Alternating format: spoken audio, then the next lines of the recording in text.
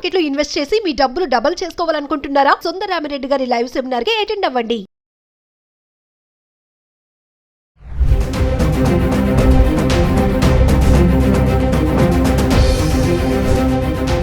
నమస్తే, welcome back to Suman TV. Present మనతో పాటు ఉన్నారు అనలిస్ట్ మందర్ కృష్ణారెడ్డి గారు. నమస్తే సార్. నమస్తే అమ్మా.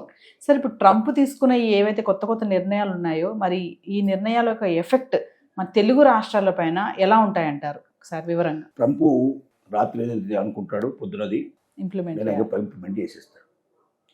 తుగ్లక్ మహారాజు గతంలో అనుకున్న పద్ధతిలోనే ఇప్పుడు అడుగుతున్నాడు. కానీ ట్రంప్ చెప్పే మాట ఏమిటంటే, అందరినీ నమ్మించే ప్రయత్నం చెప్పే మాట ఏంటంటే, నేను నా ప్రజలకు వాగ్దానం చేశాను, ఎలక్షన్ వాగ్దానాలు ఏవి చేసావు వాటిని పూర్తి చేసుకోవడానికి ఇలాంటి నిర్ణయాలు తీసుకుంటానని చెప్తున్నాడు.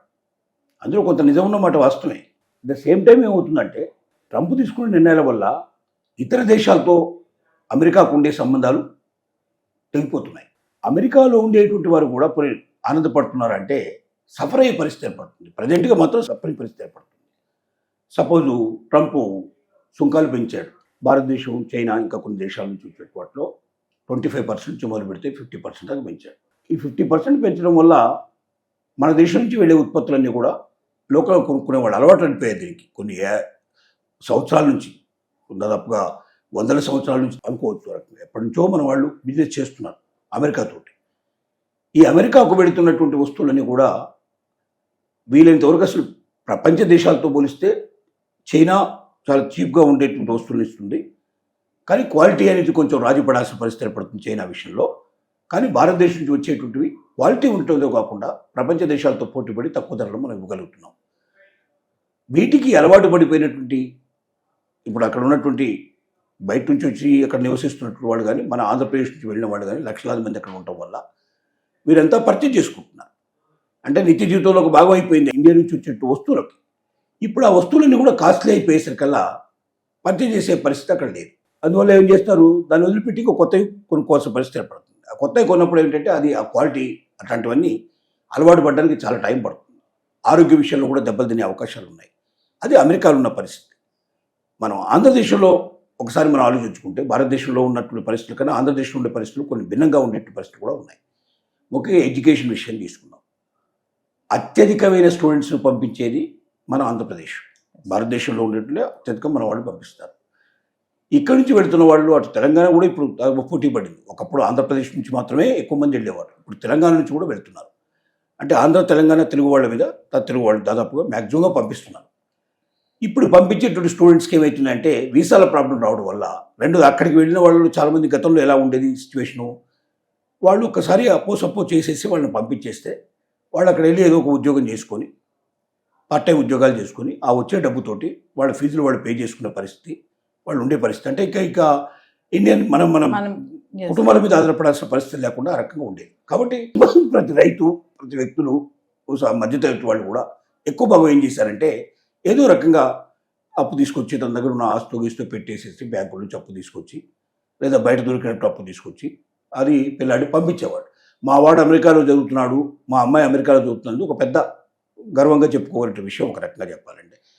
అలా వెళ్ళిన వాళ్ళకి ఇప్పుడు ఏమవుతుంది, మీరు క్యాంపస్ ఉద్యోగాలు మాత్రమే చేయాలి, బయట ఉద్యోగాలు మీరు చేయడానికి వెళ్ళలేదు, చేస్తే మేము వీసా క్యాన్సిల్ చేసి బయట పంపిస్తామని చెప్పి అనేసరికి ఏమైంది, బయట ఉద్యోగాలు అక్కడ క్యాంపస్ ఉద్యోగాలు దొరకవు, చాలా లిమిటెడ్గా ఉంటాయి. అది ఓన్లీ అమెరికన్సే ఎక్కువ మంది చేస్తారు, బయట వాళ్ళు చేయడానికి అసలు అవకాశం ఉండదు. మరి అలాంటప్పుడు ఏం చేయాలి, వీళ్ళంతా కూడా బయట నుంచి వెతుక్కోవాలి. బయటికి వెతుక్కోవాలంటే బయటకు పోవడానికి వెళ్ళలేదు, బయటకు పోతే ఆటోమేటిక్గా వీసా క్యాన్సిల్ అవుతుంది. అప్పుడు ఏంటి, వీళ్ళందరికీ డబ్బు ఎక్కడి నుంచి పంపించాలి, ఇప్పుడు ఇండియా నుంచి పంపించాలి. చేసిన అప్పులైతే తీర్చడం చాలా కష్టంగా ఉండే పరిస్థితి లోపల మళ్ళీ కొత్త అప్పులు చేసి పంపించాలంటే, కొత్తగా వీళ్ళకి డబ్బు పంపించాలంటే ఇండియన్ ఫ్యామిలీస్కి అది ఇంకా మన ఆంధ్రప్రదేశ్లో ఉండేటువంటి వాళ్ళు, మన తెలుగు వాళ్ళకి చాలా భయంగా ఉంది. చాలా పరిస్థితులు చాలా బాధాకరంగా ఉన్నాయి. అందువల్ల పిల్లల చదువులంటే భయపడే పరిస్థితి ఏర్పడుతుంది. ఇక అమెరికాకు పంపించడం కన్నా ఇక్కడే చదువుకోమని చెప్పడం మంచిది అనేటువంటి స్థితికి తెలుగు వాళ్ళు వచ్చే స్థితి ఏర్పడింది. అంటే భారతీయ ఇప్పటిదాకా వస్తున్న తెలుగు వాళ్ళ ఒక సాంప్రదాయం ఆచారంగా తీసుకొని తమ పిల్లల్ని అమెరికాకు పంపించడం ఒక గోల్గా పెట్టుకున్న వాళ్ళంతా కూడా తమ గోల్ని మార్చుకోవాల్సిన పరిస్థితి.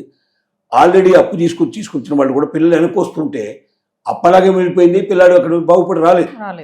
మళ్ళీ ఇప్పుడు మన కొత్తగా వాళ్ళకి ఇక్కడ ఎంతో కొంత డబ్బు ఖర్చు పెడితే తప్ప వాళ్ళకి చదువు పూర్తయ్యే పరిస్థితి లేదు. ఇప్పుడు ఆ అప్పుతో పాటు కొత్త అప్పు చేయాల్సిన పరిస్థితి ఏర్పడుతుంది. చాలా కుటుంబాలు బాధపడే స్థితికి వచ్చేసి.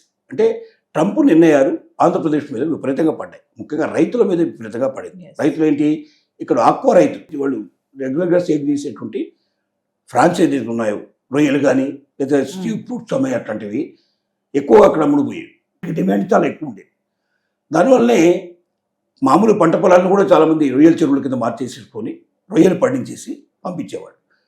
ఇప్పుడు అలాంటి రైతులందరికీ అమెరికా ఒకేసారి దీన్ని ఆపేసేసరికల్లా, అందుకని అంత రేట్లలో అక్కడ కొనడానికి ఎవరు సిద్ధంగా లేదు. 50% పెంచేసేసరికల్లా అంత డబ్బుతో అంత పెరిగినటువంటి రేట్ల మీద కొనడానికి సిద్ధపడకపోవడం వల్ల ఆగిపోయే పరిస్థితి ఏర్పడింది. ఆగిపోతే ఏం చేసుకోవాలి, దీన్ని ఎక్కడికి పంపించాలి? ఇప్పుడేమో దేశీయ మార్కెట్ రెడీగా లేదు అంత రేట్లలో కొనుక్కోవడానికి. విదేశాలకు పంపిద్దామంటే వేరే దేశంతో సడన్గా పంపించిన వీలు పడదు. వీడు కొనకపోతే ఆ దేశం అని వెంటనే ఉండదు. ఆ దేశంతో సంప్రదించి దానికి ఒప్పందాలు చేసుకుని దాని ప్రకారం పంపించాలి. ఆ దేశంలో ఇంకేదైనా ఒక కంపెనీతో మాట్లాడాలనుకున్నా కూడా ఆ దేశం యొక్క అనుమతి లేకుండా జరగదు. మన భారతదేశం నుంచి వేరే దేశంలో మనం వ్యాపారం చేయదలుచుకున్నా కూడా నా ఇష్టం, నేను ఒక వ్యాపారస్తుని, నాకు వేరే దేశంలో కూడా వ్యాపారస్తులు తెలుసు, నేను పంపిస్తాను నా సరుకులు అంటే ఉండకూడదు. ఖచ్చితంగా దేశం యొక్క అనుమతి ఉంటుంది.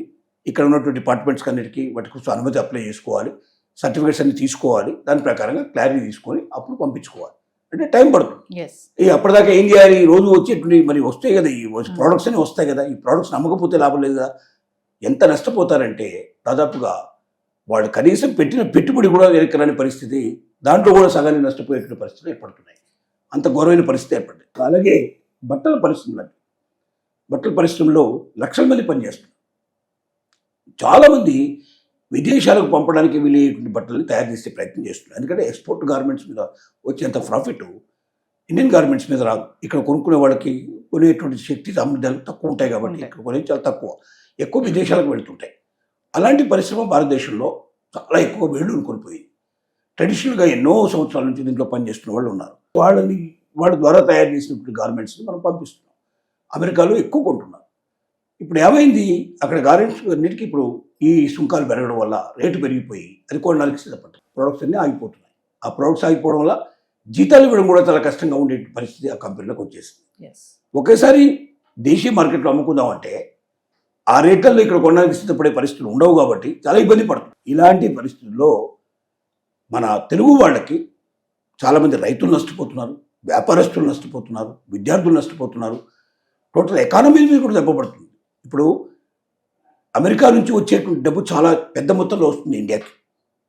అక్కడ నుంచి ఇక్కడ పంపిస్తారు. అక్కడ సంపాదించి పంపించేవాళ్ళు, అక్కడ స్థిరపడేవాళ్ళు పంపించేవాళ్ళు చాలా డబ్బు, డాలర్స్ రూపంలో వచ్చే డబ్బు. ఆ డబ్బంతా ఇప్పుడు ఏమవుతుంది, ఆగిపోయే పరిస్థితి ఏర్పడుతుంది. దానివల్ల ఇక్కడ వచ్చేటువంటి ఆ డబ్బు మీద ఆధారపడి ఇక్కడ జీవించేవాళ్ళు కానీ, వ్యాపారాలు చేసుకునేవాళ్ళు కానీ, అలాంటి వాళ్ళందరికీ అది ఆగిపోయే పరిస్థితి ఏర్పడింది. రెండోది, అక్కడ కూడా ఇప్పుడు ఎకానమీ లోపల చూసుకున్నట్టయితే అక్కడ స్థిరపడ్డ వాళ్ళు కూడా వచ్చేటువంటి ఆదాయాలు తగ్గిపోవడం వల్ల ఇంకా అమెరికాకు మనం పంపించాలా అక్కర్లేదా, మన పిల్లల్ని పంపించాలా అక్కర్లేదా, మన వాళ్ళు ఉద్యోగాల కోసం పంపించాలా అక్కర్లేదా, వ్యాపారాల్లో కూడా మనం అమెరికాతో చేయాలక్కర్లేదా అని ఇన్ని రకాల ప్రశ్నలు ఒకేసారి ఉదయించాయి. అంటే ఒక రకమైన జీవితానికి అలవాటు పడ్డటువంటి జీవితమే తలకిందులైపోయి, బ్రతికే తలకిందులైపోయి, జీవన వైవిధ్యమే మారిపోయేటువంటి పరిస్థితులు వాళ్ళు ఏర్పడ్డాయి. ఇంత గొప్ప మార్పు ఒక దేశానికి ఒక ఉత్పత్తుల విషయంలో కానీ, చదువుల విషయంలో కానీ తీసుకున్న నిర్ణయాలు, అంటే ఒక దేశం తీసుకున్న నిర్ణయాలు ఇంకొక దేశం మీద ఎట్లా పడతాయి, మొత్తం దేశం మీద కాదు ఒక రాష్ట్రం మీద కూడా ఎట్లా పడతాయని దీన్ని బట్టి మనకు అర్థమవుతుంది. ఇది ఈ రకమైన పరిస్థితుల్లో ఉన్నాం మనం. Thank you.